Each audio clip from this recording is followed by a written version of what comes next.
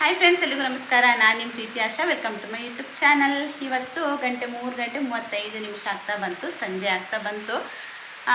ಸಂಜೆ ಟೈಮ್ಗೆ ನಾನು ಲಾಗ್ನ ಶುರು ಮಾಡ್ಕೊಂಡಿದ್ದೀನಿ ಅಂತಲೇ ಹೇಳ್ಬೋದು. ಹಾಗೆ ಇವತ್ತು ಸ್ವಲ್ಪ ಅಂದರೆ ಹಿಂದಿನ ಲಾಗ್ ಎಡಿಟ್ ಮಾಡೋದು, ಅಪ್ಲೋಡ್ ಮಾಡೋದು ನನಗೆ ಒಂದು 3-3:30 ಗಂಟೆ ತನಕ ಅದೇ ಕೆಲಸ ಆಗುತ್ತೆ. ಸೊ ಹಾಗಾಗಿ ನನಗೆ ಬೇಗ ಲಾಗ್ ಶುರು ಮಾಡೋದು ತುಂಬಾ ಕಷ್ಟ. ಹಾಗೆ ಇವತ್ತು ಸಂಜೆ ಮಾಡೋಣ, ಈಗ ಸ್ಟಾರ್ಟ್ ಮಾಡೋಣ ಅಂತ ಅಂದ್ಬಿಟ್ಟು ಸ್ಟಾರ್ಟ್ ಮಾಡಿದ್ದೀನಿ. ಹೊರಗಡೆ ಜೋರಾಗಿ ಮಳೆ ಬರ್ತಾಯಿದೆ, ತುಂಬ ಜೋರು ಮಳೆ ಬರ್ತಾಯಿದೆ ಸ್ನೇಹಿತರೆ. ಸ್ವಲ್ಪ ಕಡಿಮೆ ಆಯ್ತು ಈಗ ನೋಡಿ, ತುಂಬ ಜೋರು ಮಳೆ ಬರ್ತಾಯಿತ್ತು. ಸಿಟ್ಔಟಲ್ಲಿ ಈ ಥರ ಮ್ಯಾಟ್ ಹಾಕ್ಕೊಂಡಿರ್ತೀವಲ್ವ, ಅದು ಸ್ವಲ್ಪ ಆ ಕಡೆ ಹಾಕಿದರೆ ಎಲ್ಲ ಒದ್ದೆ ಆಗುತ್ತೆ ಮಳೆಗೆ. ಹಾಗೆ ಜೋರು ಮಳೆ ಬರ್ತಾ ಇರಬೇಕಿದ್ರೆ ಮನೆ ಒಳಗಡೆ ಇದ್ದೆ ನಾನು ಬಾಗಿಲು ಹಾಕ್ಕೊಂಡು. ಸಡನ್ನಾಗಿ ಹೊರಗಡೆ ಬಂದು ಈ ಮ್ಯಾಟನ್ನು ಸ್ವಲ್ಪ ಈ ಕಡೆ ಹಾಕಿದೆ. ಇಲ್ಲ ಅಂತ ಹೇಳಿದರೆ ಎಲ್ಲ ಒದ್ದೆ ಆಗುತ್ತೆ. ಒದ್ದೆ ಆದರೂ ಪರವಾಗಿಲ್ಲ, ತೊಳೆದು ಹಾಕಿದರೆ ಒಣಗತ್ತಾ, ಅದು ಇಲ್ಲ.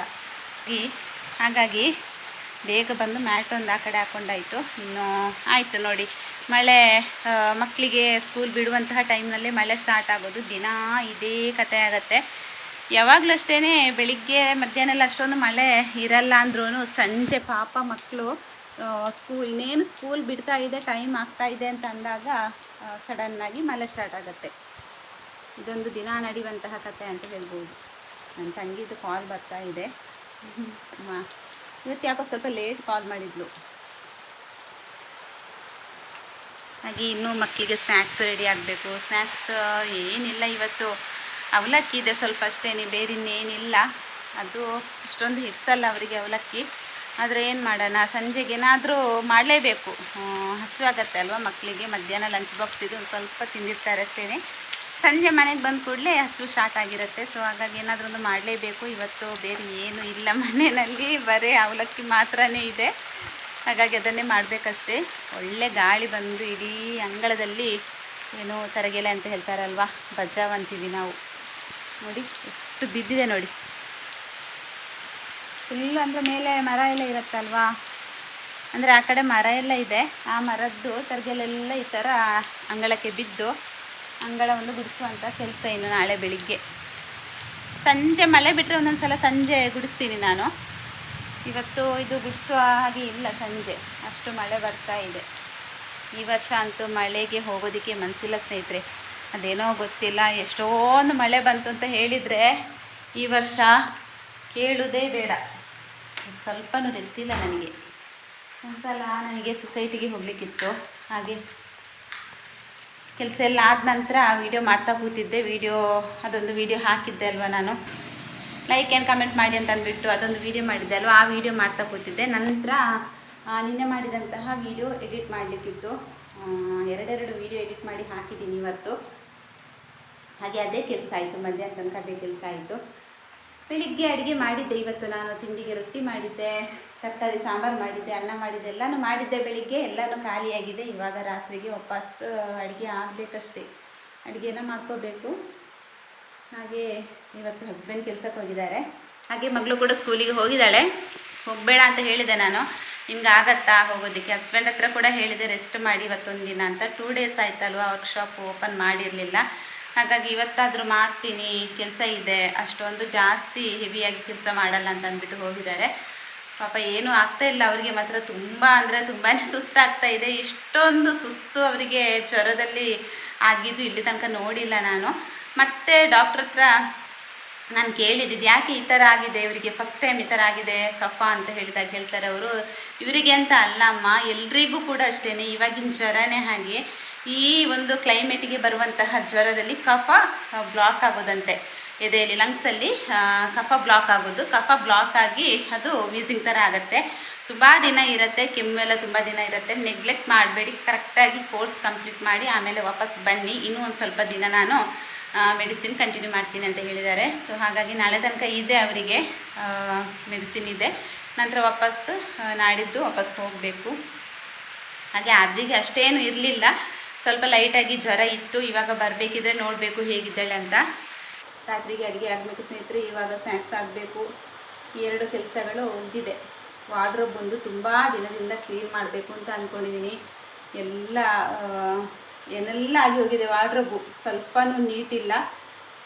ತೆಗೆದು ತೆಗೆದು ಹಾಕೋದು ಒಳಗಡೆ ಇಡೋದು, ಹಾಕೋದು ಒಳಗಡೆ ಇಡೋದು, ಈ ಥರನೇ ಆಗಿದೆ. ಎಲ್ಲ ಫೋಲ್ಡ್ ಮಾಡ್ತೀನಿ, ಮರ್ಸ್ತೀನಿ, ಬಟ್ ಒಳಗಡೆ ನೀಟಾಗಿ ಎತ್ತಿಡಲ್ಲ. ಅವಸರಕ್ಕೆ ಎಲ್ಲೆಲ್ಲೋ ಎತ್ತಿಟ್ಟಿದ್ದೀನಿ. ಅದೊಂದು ಕ್ಲೀನ್ ಮಾಡಬೇಕು, ನೋಡಬೇಕು. ಆದರೆ ಇವತ್ತು ಕ್ಲೀನ್ ಮಾಡ್ತೀನಿ. ಆ ಒಂದು ವಿಡಿಯೋನ ಕೂಡ ಮಾಡ್ತೀನಿ. ಆದರೆ ಇದ್ರ ಜೊತೆಗೇ ಮಾಡ್ತೀನಿ. ಇಲ್ಲ ಅಂತ ಹೇಳಿದರೆ ಸಪ್ರೇಟಾಗಿ ಆ ವಿಡಿಯೋನ ಮಾಡಿಬಿಟ್ಟು ಅಪ್ಲೋಡ್ ಮಾಡ್ತೀನಿ. ಏನಂದರೆ ನಿನ್ನೆ ಒಂದು ನಾನು ವಿಡಿಯೋ ಹಾಕಿದ್ದೆ ಅಲ್ವಾ, ಅಂದರೆ ನನ್ನ ವ್ಯೂವರ್ಸಿಗೆ ಸಂಬಂಧಪಟ್ಟಾಗಿ ಇನ್ನೊಂದು ವಿಡಿಯೋ ಮಾಡಿದ್ದೆ ಅಲ್ವಾ, ಅದರಲ್ಲಿ ನಾನು ಹೇಳಿದ್ದೆ ನನಗೆ ಲೈಕ್ಸ್ ಮಾಡಿ, ಹಾಗೆ ಕಮೆಂಟ್ಸ್ ಮಾಡಿ, ನಿಮ್ಮ ಅಭಿಪ್ರಾಯಗಳನ್ನು ತಿಳಿಸಿ, ನಿಮ್ಮದೇನಾದರೂ ಕ್ವಶನ್ ಇದ್ದರೆ ನನ್ನಲ್ಲಿ ಕೇಳಿ ಅಂತ ಅಂದ್ಬಿಟ್ಟು ವಿಡಿಯೋ ಮಾಡಿದ್ದೆ. ಪಾಪ ತುಂಬ ಜನ ಅದರಲ್ಲಿ ನನಗೆ ಕಮೆಂಟ್ಸ್ ಮಾಡಿದರು. ಇನ್ನೂ ಕೂಡ ವೆಯ್ಟ್ ಮಾಡ್ತಾ ಇದ್ದೀನಿ, ಯಾರಾದರೂ ಮಾಡ್ತಾರೋ ನೋಡಬೇಕು ಅಂತ ಅಂದ್ಬಿಟ್ಟು. ಆದರೆ ಪ್ರೀತಿಯಿಂದ ಕಮೆಂಟ್ ಮಾಡಿದಂತಹ ನನ್ನೆಲ್ಲ ಪ್ರೀತಿಯ ವ್ಯೂವರ್ಸಿಗೆ ತುಂಬ ದೊಡ್ಡದಾದ ಥ್ಯಾಂಕ್ಸ್ನ ಹೇಳ್ತೀನಿ. ಅದು ಎಷ್ಟಾದರೂ ಪರವಾಗಿಲ್ಲ, ಒಂದಿಬ್ಬರು ಮೂವರು ಮಾಡಿದ್ರು ನನಗೆ ಖುಷಿನೇ. ಅಷ್ಟಾದರೂ ಒಂದು ಮಾಡಿದಾರಲ್ವ ನನ್ನ ಮೇಲೆ ಪ್ರೀತಿ ಇಟ್ಟು ಅಂತ ಅಂದ್ಬಿಟ್ಟು ತುಂಬ ಖುಷಿಯಾಗುತ್ತೆ ಸ್ನೇಹಿತರೆ. ಅದನ್ನು ಹೇಳಿ ಪ್ರಯೋಜನ ಇಲ್ಲ, ಅದಕ್ಕೆ ಆನಂದಕ್ಕೆ ಪಾರವೇ ಇಲ್ಲ ಅಂತ ಹೇಳ್ತಾರಲ್ವ, ಆ ರೀತಿ ತುಂಬ ಅಂದರೆ ತುಂಬ ಖುಷಿಯಾಗುತ್ತೆ ನನಗೆ ಕಮೆಂಟ್ಸ್ ಓದಬೇಕಿದ್ರೆ. ಅಂದರೆ ನನಗೆ ಅಷ್ಟೊಂದು ಕಮೆಂಟ್ಸ್ ಬರ್ತಾ ಇರಲಿಲ್ಲ. ಎಷ್ಟು 4 ವರ್ಷದಿಂದ ನಾನು ಯೂಟ್ಯೂಬಿಗೆ ಬಂದಿದ್ದೀನಿ, ನನಗೆ ಅಷ್ಟೊಂದು ಕಮೆಂಟ್ಸ್ ಬರ್ತಾ ಇರಲಿಲ್ಲ. ಸೊ ಈ ಒಂದು ಕಮೆಂಟ್ಸ್ಗಳನ್ನು ನೋಡಿ ತುಂಬಾ ಖುಷಿ ಆಗ್ತಾ ಇದೆ. ನೋಡೋಣ ಎಲ್ಲಿ ತನಕ ಎಷ್ಟು ಬರುತ್ತೆ, ಎಷ್ಟು ಜನ ಕಮೆಂಟ್ಸ್ ಮಾಡ್ತಾರೆ ಅಂತೇಳಿ ವೆಯ್ಟ್ ಮಾಡ್ತಾ ಇರ್ತೀನಿ. ನೆಕ್ಸ್ಟ್ ರಾತ್ರಿಗೆ ಅಡುಗೆ ಮಾಡಬೇಕು. ಹಸ್ಬೆಂಡ್ ಫಿಶ್ ತರ್ತೀನಿ ಅಂತ ಹೇಳಿದ್ದಾರೆ. ಅಲ್ಲೇ ತೆಗೊಂಡು ಫ್ರಿಜ್ಜಲ್ಲಿ ಎತ್ತಿಟ್ಟಿದ್ದಾರಂತೆ. ವರ್ಕ್ಶಾಪ್ ಹತ್ರನೇ ಫಿಶ್ ಇದೆ, ಅಲ್ಲೇ ಹೇಳ್ತೀನಿ ಫ್ರಿಜ್ಜಲ್ಲಿ ಅಂತ ಹೇಳಿದ್ದಾರೆ. ಹಾಗೆ ಸಂಜೆ ಬರಬೇಕಿದ್ರೆ ತರ್ತೀನಿ, ಸ್ವಲ್ಪ ಬೇಗ ಬರ್ತೀನಿ ಅಂತ ಹೇಳಿದ್ದಾರೆ. ಹಾಗಾಗಿ ಅವ್ರು ಬಂದ ನಂತರ ಮೀನು ಸಾರು ಮಾಡಬೇಕು. ಸ್ವಲ್ಪ ಮಳೆ ಬಿಟ್ಟಿತ್ತು, ಈಗ ವಾಪಸ್ ಸ್ಟಾರ್ಟ್ ಆಯಿತು, ಜೋರು ಬರ್ತಾ ಇದೆ. ಪಾಪ ಈ ಮಕ್ಕಳದ್ದೇ ಚಿಂತೆ ನನಗೆ. ಸಂಜೆ ಟೈಮಿಗೆ ಮನೆಗೆ ಬರಬೇಕಿದ್ರೆ ಮಕ್ಕಳು ಒದ್ದೆ ಆಗ್ತಾರಲ್ವ, ಬೇಜಾರಾಗ್ತದೆ. ಪುಟ್ಟ ಪುಟ್ಟ ಮಕ್ಕಳು LKG UKG ಮಕ್ಕಳೆಲ್ಲ ಇರ್ತಾರೆ. ಪಾಪ ಈ ರಿಕ್ಷಾದಲ್ಲಿ ಕೂತ್ಕೋಬೇಕಿದ್ರೆ ಕಂಪ್ಲೀಟಾಗಿ ಒದ್ದೆ ಆಗಿರ್ತಾರೆ, ಅವರು ಬ್ಯಾಗು ಒದ್ದೆ ಆಗಿರುತ್ತೆ. ಓಕೆ, ಈಗ ಅವಲಕ್ಕಿ ಮಾಡಿ ಮಕ್ಕಳಿಗೆ ಹಾಲು ಬಿಸಿ ಮಾಡಿ ಆಮೇಲೆ ವಾಪಸ್ ಕ್ಲಾಸ್ನ ಕಂಟಿನ್ಯೂ ಮಾಡ್ತೀನಿ. ಇದು ನಾನು ಮೆಣಸು, ಆಮೇಲೆ ಕೊತ್ತಂಬರಿ, ಜೀರಿಗೆ ಇಷ್ಟನ್ನು ಹಾಕಿ ಎಣ್ಣೆಯಲ್ಲಿ ಮೊದಲು ಹುರ್ಕೊಂಡು ನಂತರ ಮಿಕ್ಸಿ ಜಾರಿಗೆ ಹಾಕೋದು. ಅದರ ಜೊತೆಗೇ ಸ್ವಲ್ಪ ಬೆಲ್ಲ ಹಾಕಿ, ತೆಂಗಿನ ತುರಿ, ಸ್ವಲ್ಪ ಉಪ್ಪು ಇಷ್ಟನ್ನು ಒಟ್ಟಿಗೆ ಹಾಕಿ ಮಸಾಲೆ ರೆಡಿ ಮಾಡಿಕೊಂಡು ಆ ಮಸಾಲೆಗೆ ಅವಲಕ್ಕಿನ ಹಾಕೋದಷ್ಟೇ. ಇದಕ್ಕೆ ಒಗ್ಗರಣೆನೂ ಹಾಕಿಲ್ಲ ನಾನು. ನಿಮಗೆ ಬೇಕಿದ್ರೆ ಉದ್ದಿನಬೇಳೆ, ಕರಿಬೇವೆಲ್ಲ ಹಾಕಿಬಿಟ್ಟು ಒಗ್ಗರಣೆ ಕೂಡ ಹಾಕೋಬೋದು. ಬಟ್ ನಾನಿವತ್ತು ಒಗ್ಗರಣೆ ಹಾಕ್ಕೊಂಡಿಲ್ಲ. ಚೆನ್ನಾಗಿದೆ ನೋಡಿ, ಈ ಥರ ಇದೆ. ನೀವು ಅವಲಕ್ಕಿನ ಹಾಕಿಬಿಟ್ಟು ಇದನ್ನು ಚೆನ್ನಾಗಿ ಮಿಕ್ಸ್ ಮಾಡ್ತೀರಲ್ವ, ನಂತರ ಏನು ಮಾಡಬೇಕು ಅಂತ ಹೇಳಿದರೆ ಡ್ರೈ ಅವಲಕ್ಕಿ ಏನಿರುತ್ತೆ ನೋಡಿ, ಅದನ್ನು ಮೇಲ್ಗಡೆ ಸ್ವಲ್ಪ ಹಾಕಿಬಿಟ್ಟು ಜಸ್ಟ್ ಈ ಥರ ನೀವು ಮಿಕ್ಸ್ ಮಾಡ್ಕೋಬೇಕು. ಆವಾಗ ಇನ್ನೂ ಚೆನ್ನಾಗಿ ಒಂಥರ ನೋಡೋದಕ್ಕೆ ಕೂಡ ಸ್ವಲ್ಪ ಚೆನ್ನಾಗಿ ಕಾಣಿಸುತ್ತೆ. ಹಾಗೆ ಸ್ವಲ್ಪ ಸ್ವೀಟ್ನೆಸ್ ಜಾಸ್ತಿ ಆಯಿತು ಅಂತ ಇದ್ದರೆ ಅದಕ್ಕೆ ಕರೆಕ್ಟಾಗಿ ಹೊಂದ್ಕೊಳ್ಳುತ್ತೆ. ಸೊ ಹಾಗಾಗಿ ಸ್ವಲ್ಪ ನಾನು ಯಾವಾಗಲೂ ಅಷ್ಟೇ, ಅವಲಕ್ಕಿ ಮಾಡಬೇಕಿದ್ರೆ ಎಲ್ಲ ಮಿಕ್ಸ್ ಮಾಡಿ ಆದ ನಂತರ ಸ್ವಲ್ಪ ಅವಲಕ್ಕಿನ ಮೇಲ್ಗಡೆ ಹಾಕಿ ಜಸ್ಟ್ ಸ್ವಲ್ಪ ಮಿಕ್ಸ್ ಮಾಡ್ತೀನಿ ಲೈಟಾಗಿ. ನೋಡಿ ನಿಮಗೆ ಕಾಣಿಸ್ತಾ ಇರ್ಬೋದು ನೋಡಿ, ಇಲ್ಲಿ ಇದು ವೈಟ್ ಕಲರಲ್ಲಿ ಇದೆಯಲ್ವಾ, ಇದೆಲ್ಲ ನಾನು ಮತ್ತೆ ಹಾಕಿದಂತಹ ಅವಲಕ್ಕಿ. ನಾನು ಇದೇ ಥರ ಮಾಡ್ತೀನಿ, ಚೆನ್ನಾಗಾಗತ್ತೆ. ಈ ಥರ ಮಾಡಿದರೂ ಕೂಡ ಚೆನ್ನಾಗಾಗತ್ತೆ. ಹಾಗೆ ಇಲ್ಲಿ ಇವಾಗ ಎಲ್ಲರಿಗೂ ಸ್ವಲ್ಪ ಕೆಮ್ಮು ಸ್ಟಾರ್ಟ್ ಆಗಿದೆ. ಮಗನಿಗೆ ಬೇರೆ ಕೆಮ್ಮು ಲೈಟಾಗಿ ಸ್ಟಾರ್ಟ್ ಆಗಿದೆ ಅಂತ ಅನಿಸುತ್ತೆ ನನಗೆ. ಕೆಮ್ತಾ ಇದ್ದ, ಆದ್ರೂ ಕೂಡ ಲೈಟಾಗಿ ಕೆಮ್ತಾ ಇದ್ದು. ಹಾಗಾಗಿ ಇದಕ್ಕೆ ನಾನು ಸ್ವಲ್ಪ ಖಾರ ಎಲ್ಲ ಹಾಕಿಬಿಟ್ಟು ಕಷಾಯ ಮಾಡೋಣ ಅಂತ ಅಂದ್ಕೊಂಡಿದ್ದೀನಿ. ಸ್ವಲ್ಪ ಬಾಡಿ ಎಲ್ಲ ಕೋಲ್ಡ್ ಆದರೆ ಅದಕ್ಕೆ ತುಂಬ ಒಳ್ಳೆಯದು ಅಂತ ಅಂದ್ಬಿಟ್ಟು ಸ್ವಲ್ಪ ಕೊತ್ತಂಬರಿ, ಹಾಗೆ ಚಕ್ಕೆ, ಒಂದು ಏಲಕ್ಕಿ, ಸ್ವಲ್ಪ ಕರಿಮೆಣಸು, ಆಮೇಲೆ ಸ್ವಲ್ಪ ಜೀರಿಗೆ ಇಷ್ಟನ್ನು ಹಾಕಿಬಿಟ್ಟು ಇದನ್ನು ಇವಾಗ ಪುಡಿ ಮಾಡ್ಕೋಬೇಕು. ಒಂದು ಕುಟ್ಟೋ ಕಲ್ಲಿನಲ್ಲಿ ಹಾಕಿ ಪುಡಿ ಮಾಡ್ತೀನಿ. ನಂತರ ಅದಕ್ಕೆ ಒಂದು ಪೀಸ್ ಶುಂಠಿ ಕೂಡ ಹಾಕ್ತೀನಿ. ಇದನ್ನು ಮೊದಲು ಕುಟ್ಟಿ ಪುಡಿ ಮಾಡಿ ನಂತರ ಶುಂಠಿ ಹಾಕಬೇಕು. ಇಲ್ಲಾಂತ ಹೇಳಿದರೆ ಇದರ ನೀರಿನ ಅಂಶ ಏನಿರುತ್ತೆ ನೋಡಿ, ಅದೆಲ್ಲ ಅದಕ್ಕೆ ಅಂದ್ಕೊಂಡು ಅಷ್ಟೊಂದು ನೀಟಾಗಿ ಅದು ಪೌಡ್ರ್ ಆಗೋಲ್ಲ. ಸೊ ಸ್ವಲ್ಪ ಕ್ವಾಂಟಿಟಿ ಆದ್ದರಿಂದ ಮಿಕ್ಸಿ ಜಾರಿಗೆ ಹಾಕ್ತಾಯಿಲ್ಲ. ಇವಾಗ ಎಷ್ಟು ಬೇಕೋ ನಮಗೆ ಅಷ್ಟನ್ನು ಮಾತ್ರ ಇಲ್ಲಿ ಪೌಡರ್ ಮಾಡ್ತಾಯಿದ್ದೀನಿ. ಸೊ ಇದು ಇವತ್ತಿನ ಸಂಜೆಯ ಕಷಾಯಕ್ಕೆ. ಇವತ್ತು ಟೀ, ಕಾಫಿ, ಹಾಲು ಏನೂ ಕೊಡಲ್ಲ ಮಕ್ಕಳಿಗೂ, ಎಲ್ರಿಗೂ ಕಷಾಯ ಮಾಡ್ತೀನಿ.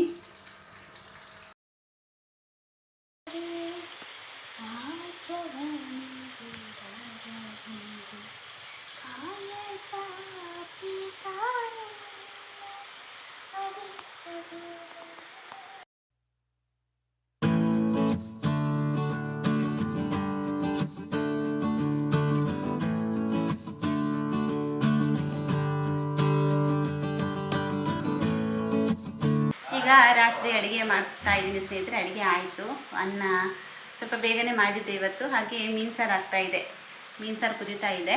ಮೀನು ಹಸ್ಬೆಂಡ್ ಈಗ ತಂದದ್ದು, ಕೆಲಸ ಮುಗಿಸಿ ಬರುವಾಗ ತಂದರು. ಹಾಗಾಗಿ ಇವಾಗ ಕುದೀತಾ ಇದೆ. ಮುರುಮೀನು ತಂದಿದ್ರು ಇವತ್ತು. ಅದರ ರೆಸಿಪಿಯನ್ನು ಶೇರ್ ಮಾಡಿಲ್ಲ ನಾನು. ತುಂಬ ಸಲ ಹೇಳಿದ್ದೀನಿ, ತೋರಿಸಿದ್ದೀನಿ ನನ್ನ ಚಾನಲ್ನಲ್ಲಿ ಮೀನು ಸಾರು ಯಾವ ಥರ ಮಾಡೋದು ಅಂತೇಳಿ. ಹಾಗಾಗಿ ಸಿಂಪಲ್ಲಾಗಿ ಮಾಡೋದಲ್ವ ಅಂತ ಅಂದ್ಬಿಟ್ಟು ರೆಸಿಪಿನ ಏನು ಶೇರ್ ಮಾಡಲಿಕ್ಕೆ ಹೋಗಲಿಲ್ಲ. ಹಾಗೆ ಆಗ್ತಾ ಉಂಟು. ಅನ್ನ ಆಯಿತು, ಅನ್ನ ಮಾಡ್ಕೊಂಡು ಆಯಿತು.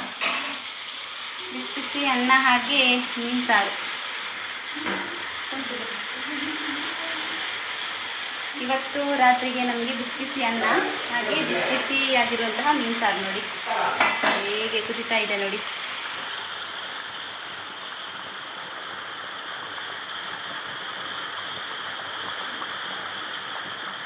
ಇದ್ರೆ ಸಾಕು, ಮೀನು ಸಾರು ಹಾಗೆ ಕುಚ್ಚಲಕ್ಕಿ ಅನ್ನ. ನಮ್ಮ ತುಳುನಾಡಿನ ಫೇವ್ರೆಟ್ ಡಿನ್ನರ್ ಅಂತ ಹೇಳ್ಬೋದು. ಇದು ಒಂದು ಇದ್ದರೆ, ಮೀನು ಸಾರು ಮತ್ತು ಅನ್ನ ಇದ್ದರೆ ಇನ್ನು ಬೇರೆ ಯಾವ ಡಿಶ್ಶು ಕೂಡ ಬೇಕು ಅಂತಿಲ್ಲ ನನಗೆ. ಒಳ್ಳೆ ಪರಿಮಳ ಬರ್ತಾ ಉಂಟು. ಮುರುಮೀನು ಯಾರೆಲ್ಲ ತಿಂತೀರಿ ಹೇಳಿ? ಮುರುಮೀನು ಕಮೆಂಟ್ ಮಾಡಿ ನನಗೆ, ಯಾರೆಲ್ಲ ಮುರುಮೀನು ತಿಂತೀರಿ ಅಂತೇಳಿ. ಪೀಸ್ ಯಾವ ಥರ ಇರುತ್ತೆ ಅಂತ ತೋರಿಸ್ತೀನಿ ನೋಡಿ. ಈ ಥರ ಇರುತ್ತೆ ಪೀಸ್.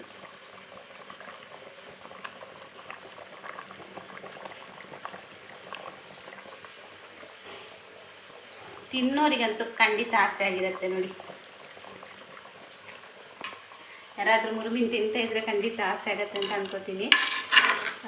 ರಾತ್ರಿಗೆ ಬಿಸಿ ಬಿಸಿ ಅನ್ನ ಜೊತೆಗೆ ಈ ಥರ ಬಿಸಿ ಬಿಸಿ ಅಂದರೆ ಆವಾಗಿಂದ ಆವಾಗಲೇ ಮಾಡ್ಕೋಬೇಕು. ಮಧ್ಯಾಹ್ನ ನಾನು ಹೆಚ್ಚಾಗಿ ಮಧ್ಯಾಹ್ನ ಮಾಡೋದು ಮೀನು ಸಾರು. ಇವತ್ತು ಹಸ್ಬೆಂಡ್ ಈಗ ಸಂಜೆ ಬರಬೇಕಿದ್ರೆ ತಂದರು, ಹಾಗಾಗಿ ರಾತ್ರಿ ಮಾಡ್ತಾಯಿದ್ದೀನಿ. ರಾತ್ರಿಗೆ ಬಿಸಿ ಬಿಸಿ ಅನ್ನ ಹಾಗೆ ಮೀನು ಸಾರು ಇದ್ದರೆ ತುಂಬಾ ಚೆನ್ನಾಗಾಗತ್ತೆ. ಒಳ್ಳೆ ರೀತಿಯಾದಂತಹ ಬ್ಯಾಟಿಂಗ್ ಅಂತ ಹೇಳ್ಬೋದು. ಆಯಿತು, ಇನ್ನೇನು ಕೆಲಸ ಇಲ್ಲ. ಅಡುಗೆ ರೂಮಲ್ಲಿ ಏನೂ ಕೆಲಸ ಇಲ್ಲ, ಕ್ಲೀನಾಗಿ ಇದೆ ಎಲ್ಲನೂ. ಅವಲಕ್ಕಿ ಖಾಲಿ ಆಗ್ತಾ ಬಂತು, ಸಂಜೆ ಮಾಡಿದ್ದೆ ಅಲ್ವಾ. ಇನ್ನು ಇಷ್ಟೇ ಉಳಿದಿದೆ ನೋಡಿ. ಹಸ್ಬೆಂಡ್ ಸ್ವಲ್ಪ ತಿಂದರು,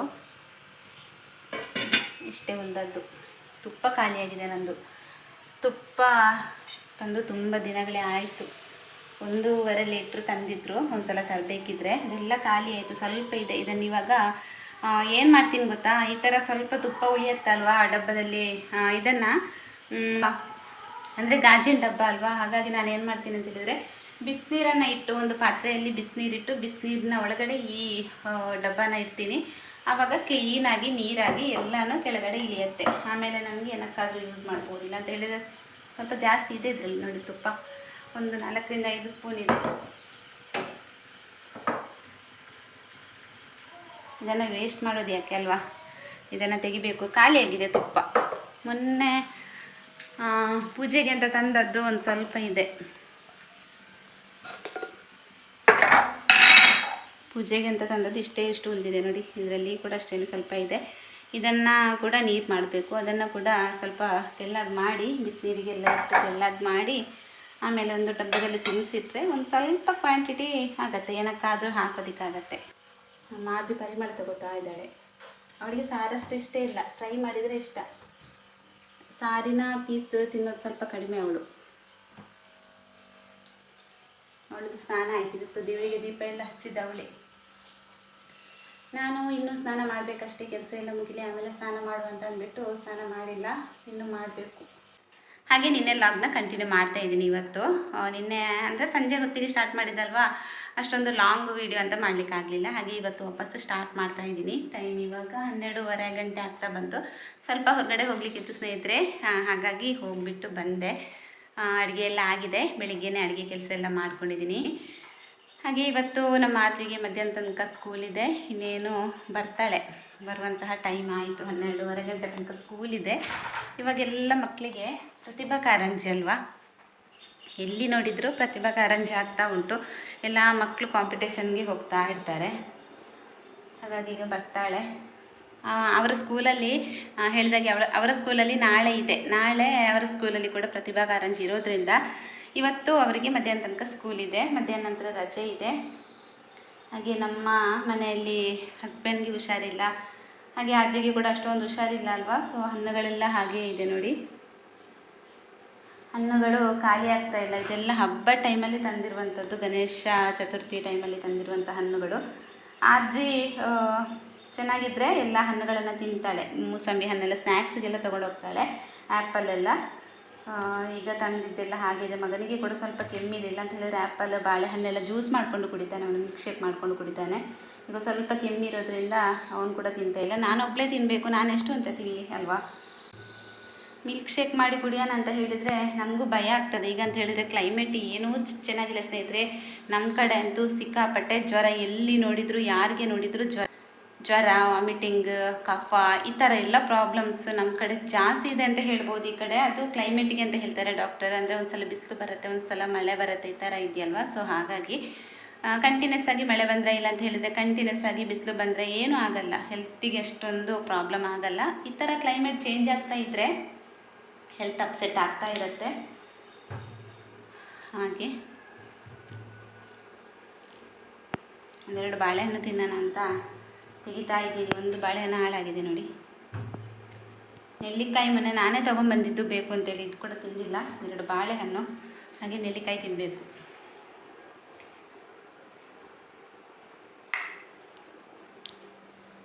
ಈಗ ಸಂಜೆ ವಾಪಸ್ ಲಾಗ್ನ ಕಂಟಿನ್ಯೂ ಮಾಡ್ತಾ ಇದ್ದೀನಿ. ಇವತ್ತು ಆದ್ವಿಗೆ ಸಂಗೀತ ಕ್ಲಾಸ್ ಇದೆ, ಹಾಗಾಗಿ ಹೋಗೋದಕ್ಕೆ ಅಂತ ಅಂದ್ಬಿಟ್ಟು ರೆಡಿಯಾಗಿದ್ದೀನಿ.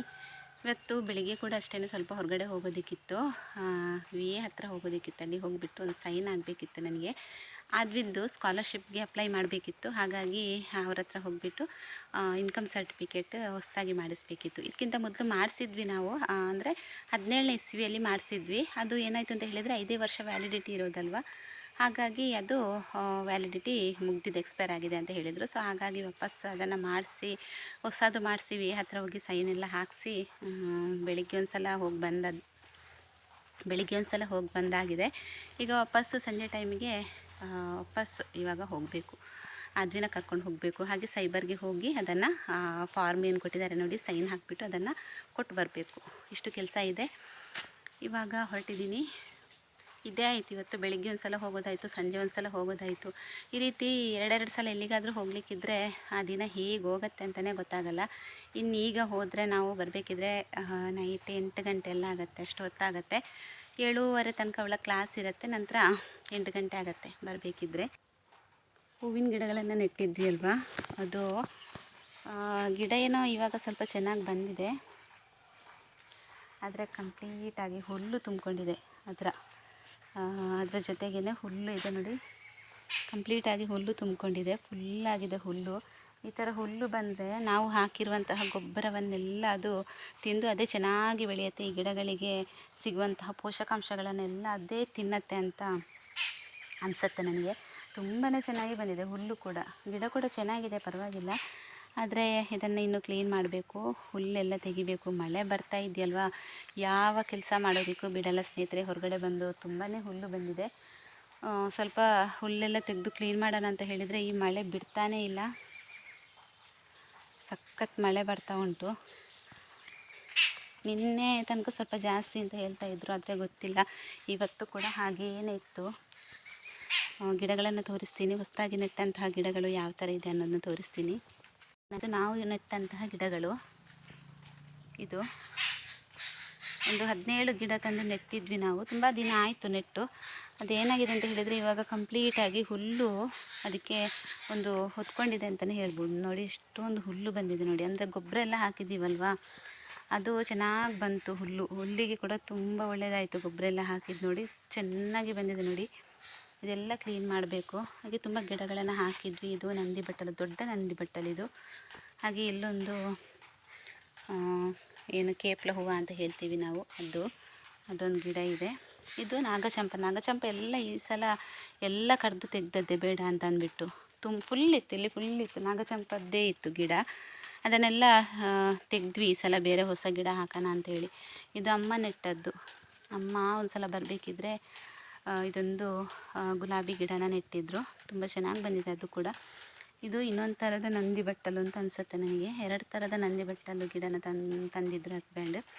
ಇದು ಕೂಡ ಅಷ್ಟೇ, ಯೆಲ್ಲೋ ಕಲರ್ ಇದು ಕೇಪ್ಲ ಹೂವು. ಹಾಗೆ ಇದು ಕನಕಾಂಬ್ರ ಗಿಡ ನಮ್ಮ ದೊಡ್ಡ ಅಕ್ಕ ಕೊಟ್ಟಿದ್ರು, ದೊಡ್ಡ ಭಾವನ ಹೆಂಡತಿ. ಅದನ್ನು ಕೂಡ ನೆಟ್ಟಿದ್ದೀವಿ. ಹಾಗೆ ಅಲ್ಲೊಂದು ದಾಸವಾಳ ಗಿಡ ಇದೆ ನೋಡಿ, ಅದು ಕೂಡ ತುಂಬಾ ಚೆನ್ನಾಗಿ ಬಂದಿದೆ. ಇವಾಗ ನಿಮಗೆ ಕರೆಕ್ಟಾಗಿ ನಾನು ವೀಡಿಯೋ ಮಾಡ್ತೀನಿ, ಬಟ್ ಅಷ್ಟೊಂದು ಕ್ಲಿಯರಾಗಿ ಗೊತ್ತಾಗಲ್ಲ ಯಾವ್ಯಾವುದು ಗಿಡ ಅಂಥೇಳಿ. ಅಷ್ಟು ಹುಲ್ಲು ಬೆಳೆದಿದೆ. ನಮ್ಮ ತೋಟದಲ್ಲಿ ಕೂಡ ಕಂಪ್ಲೀಟಾಗಿ ಹುಲ್ಲು ಬಂದಿದೆ. ಇನ್ನು ಇದನ್ನು ನಾವು ದೀಪಾವಳಿ ಟೈಮಿಗೆ ಕ್ಲೀನ್ ಮಾಡಿಸೋದು. ಅಲ್ಲಿ ತನಕ ಕ್ಲೀನ್ ಮಾಡಿಸಲ್ಲ, ಯಾಕೆಂತಂದರೆ ವಾಪಸ್ ಬರುತ್ತೆ, ಮಳೆ ಬರುತ್ತಲ್ವಾ, ಹಾಗಾಗಿ ಅಲ್ಲಿ ತನಕ ಕ್ಲೀನ್ ಮಾಡಿಸಲ್ಲ. ನೆಕ್ಸ್ಟ್ ದೀಪಾವಳಿ ಟೈಮಲ್ಲಿ ಕಂಪ್ಲೀಟಾಗಿ ಕ್ಲೀನ್ ಮಾಡಿಸ್ತೀವಿ. ನಮ್ಮದು ದೇವ್ರದ್ದು ನೋಡಿ, ಇದು ನಾವು ಅಂದರೆ ನಮ್ಮದು ಅಂತಲ್ಲ, ನಮಗೆ ಕೂಡ ಸಂಬಂಧಪಟ್ಟಿರುವಂಥದ್ದು. ಹಾಗೆ ನಮ್ಮ ಸುತ್ತಮುತ್ತಲಿನ ಎಲ್ಲರಿಗೂ ಕೂಡ ಸಂಬಂಧಪಟ್ಟಿರುವಂತಹ ದೈವದ್ದು ಗುಡಿ ಇದು. ನಾವು ಮಾತ್ರ ಹತ್ತಿರದಲ್ಲಿದ್ದೀವಿ ಮತ್ತೆಲ್ಲರೂ ಕೂಡ ಸ್ವಲ್ಪ ದೂರದಲ್ಲಿದ್ದಾರೆ, ನಾವು ಮಾತ್ರ ಹತ್ತಿರದಲ್ಲಿದ್ದೀವಿ.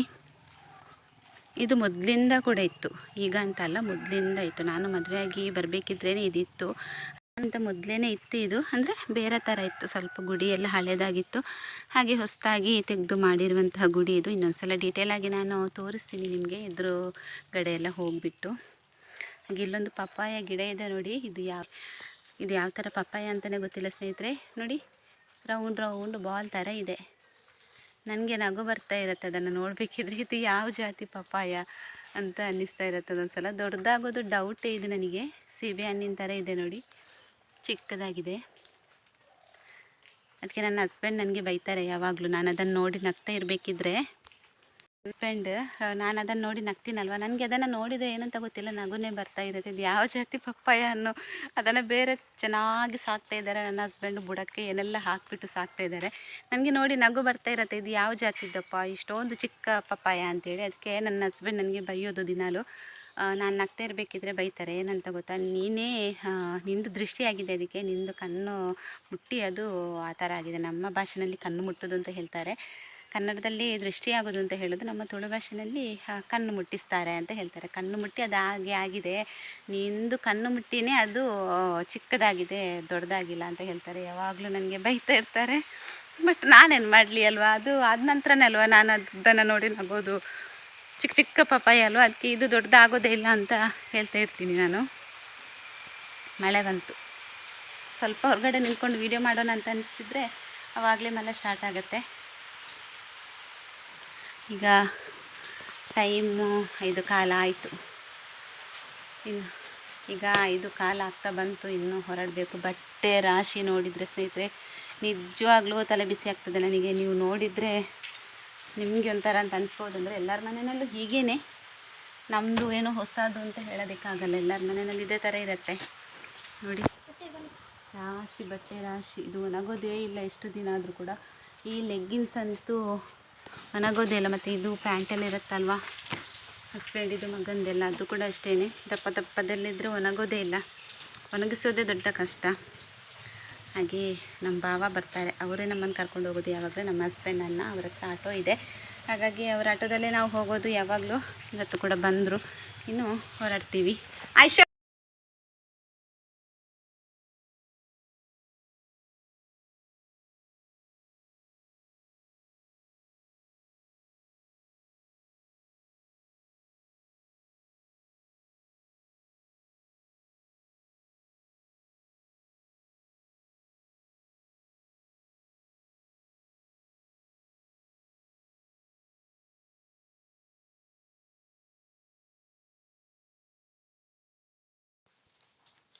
ಲಾಸ್ಟ್ ವೀಡಿಯೋದಲ್ಲಿ ನಾನು ನಿಮಗೆಲ್ಲರಿಗೂ ಕೂಡ ರಿಕ್ವೆಸ್ಟ್ ಮಾಡ್ಕೊಂಡಿದ್ದೆ, ನನ್ನ ವೀಡಿಯೋಗೆ ಕಮೆಂಟ್ಸ್ ಮಾಡಿ, ಲೈಕ್ಸ್ ಕೊಡಿ ಅಂತಂದ್ಬಿಟ್ಟು.